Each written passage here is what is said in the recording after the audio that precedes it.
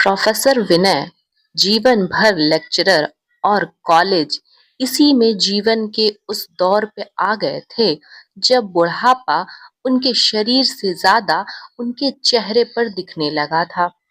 पत्नी के जाने के बाद इकलौते लड़के को अकेले ही पाला था। घर, बच्चा, नौकरी, इनमें ही जीवन को बस जिम्मेदारी मानकर काट रहे थे। कॉलेज के बच्चे प्रोफेसर विनय को बहुत प्यार करते थे और विनय ने अपना जीवन अपने बेटे में ही लगा दिया था। अपने इकलौते लड़के के प्रेम प्रसंग को जब साथ के प्रोफेसर के मुंह से सुने तो जैसे अंदर से वो बिल्कुल टूट से गए।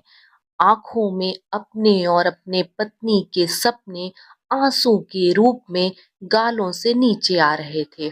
शाम जब विनय घर आए तो बेटा विजय और एक लड़की जीन्स और टी शर्ट में सोफे पे बैठे थे। प्रोफेसर विनय जैसे ही आए वैसे ही वो लड़की ने आकर हेलो अंकल कहा। मैंने भी प्रत्युत्तर में हेलो ही कहा। तभी लड़की की माँ बोली, अंकल के पैर छुओ बेटा, हमारी इकलौती बेटी है भाई साहब। जब पीहू के बेटे आपके बेटे राज के विषय में बताया तो मैं और इसके पापा तुरंत तैयार हो गए। हमारी बेटी खुश रहे और हमें क्या चाहिए। इतने में विनय के पैर छूने उठी पीहू, तो रहने दो बेटा, इसकी कोई जरूरत नहीं है। पीहू बातों से एकदम बिंदास खिलखिलाकर हंसने वाली अपनी माँ से हर बात पर तर्क वितर्क करती पीहू मेरे बेटे राज की पसंद ही नहीं बल्कि प्यार भी है। राज आज एक कॉफी भी बिना पूछे नहीं पीता था, आज एक लड़की को लाकर के बिठाल दिया था। प्रोफेसर विनय का दिल पत्थर का हो चुका था। जैसे लोगों को उन्होंने देखा कि लव मैरिज वाली शादी घर को एकदम से बर्बाद कर देती है, वैसे ही अपने बेटे को लेकर वो अलग हो जाएगी। यही डर विनय के मन को लगातार सता रहा था। बहुत जल्दी पत्नी के जाने के बाद सबने कहा दूसरी शादी को, पर विनय ने यही सोचकर जीवन अकेले काट दिया कि दूसरी माँ बेटे राज को उतना प्यार नहीं दे पाएगी, बेटे का जीवन खराब हो जाएगा।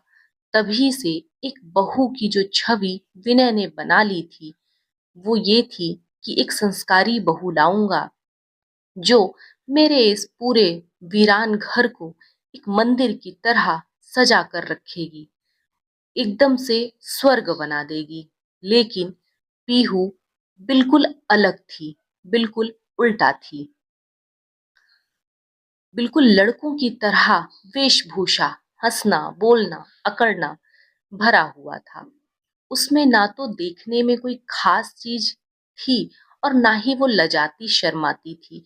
ना जाने राज को क्या दिखा इसमें जो बेटे की पसंद के बाद विनय कुछ भी बोलते तो क्या बोलते, दिल पर चुपचाप पत्थर रख करके उस लड़की से मिले और उनके परिवार के साथ शादी की रजामंदी को मान लिया। शादी की रस्मों को पूरा करके पीहू जब घर आई तब विनय का मन उसे लेकर हमेशा सशंकित रहता था। कहाँ साथ पढ़ा रहे प्रोफेसर की बेटी मासूम गुड़िया को बहू बना करके लाना चाहते थे और कहाँ ये बहू कम आवारा लड़की ज्यादा लग रही थी। अगले दिन सुबह से विनय को कॉलेज जाना था। सोचा बहू आ जाएगी तो उसके हाथ की चाय पी करके सुबह की शुरुआत करूंगा।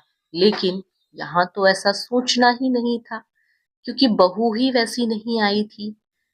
पर पीहू को देखकर मैंने अपने को अपने से सपना भुला दिया था। और सुबह पूजा की घंटी सुनकर मेरी नींद खुली। अभी 6 भी नहीं बजे थे कि बाहर निकलकर देखा कि पीहू आरती की थाल लिए हुए पूरे घर में घूम रही थी। मुझे लगा मैं कोई सपना देख रहा हूँ। तब तक तो पास आकर बोली, डैडी जी प्रसाद लीजिए। आंखों को तो बिल्कुल ही भरोसा नहीं हो रहा था, पर ये घटना तो बिल्कुल सच थी, क्योंकि खुली आंखों से देखी जा रही थी। फ्रेश होकर वॉशरूम से बाहर निकला तो मैडम चाय का कप लिए हाजिर थी। चाय पीने के बाद बोली, डैडी जी मुझे नाश्ते में रोटी और चिल्ला बनाना ही आता है। आप लोग नाश्ते में क्या खाते हैं? पीछे से राज ने आकर बोला, जो भी तुम बनाओगे हम वही खा लेंगे। राज ने मेरा हैरान चेहरा देखकर पूछा, क्या हुआ डैडी जी? चाय पसंद नहीं आई? क्या चाय अच्छी नहीं बनी है? मैं हैरान होकर राज को और बहू को देख रहा था। नहीं नहीं, ऐसी बात नहीं है, बहुत अच्छी बनी है। मैं मन ही मन भले डर रहा था, लेकिन उसके 2 दिन के व्यवहार से उसके जैसी बहू पाकर खुश भी था। पर खुशियों को कभी कभी नजर लग जाती है। सब कुछ बहुत अच्छा चल रहा था।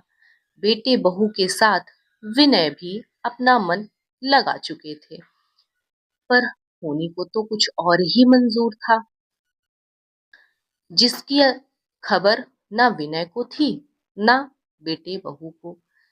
समय थोड़ा ही बीता था, सब आपस में घुल मिल रहे ही थे कि अचानक से विनय कुछ बहुत परेशान थे। पीहू पूछती, डैडी जी क्या हुआ? अरे कुछ नहीं बहू, बस बोलकर रूम में चले जाते। एक दिन कॉलेज में साथ के प्रोफेसर, जिनकी बेटी के साथ राज का रिश्ता करना था, किसी बात को लेकर के बहस हुई और टेंशन में विनय को हार्ट अटैक आ गया। हॉस्पिटल ले जाया गया। देखा कि आईसीयू के बाहर उनकी बहू खड़ी है और लगातार रोए जा रही है। बेटे बहू बिल्कुल रात दिन आईसीयू के बाहर से नजर नहीं हटा रहे हैं और विनय अंदर आईसीयू में ऑक्सीजन लगा हुआ है, अंदर से दोनों को देख रहे हैं। पीहू घंटों तक रोती रही। जब भी अंदर जाती तो कहती, डैडी जी आप एकदम ठीक हो जाएंगे। हॉस्पिटल के बिल, दवाई का खर्चा इस तरह से देती मानो उसके अपने पिता का इलाज हो रहा हो। मैंने आईसीयू के बाहर खड़ी पीहू और राज को नम आंखों से देखा था। राज और पीहू मेरे सामने एक बहुत मजबूत चट्टान बनकर के खड़े थे। ऐसा लग रहा था जैसे वो बेटे बहू नहीं, बल्कि मेरे माँ बाप बनकर के खड़े हैं।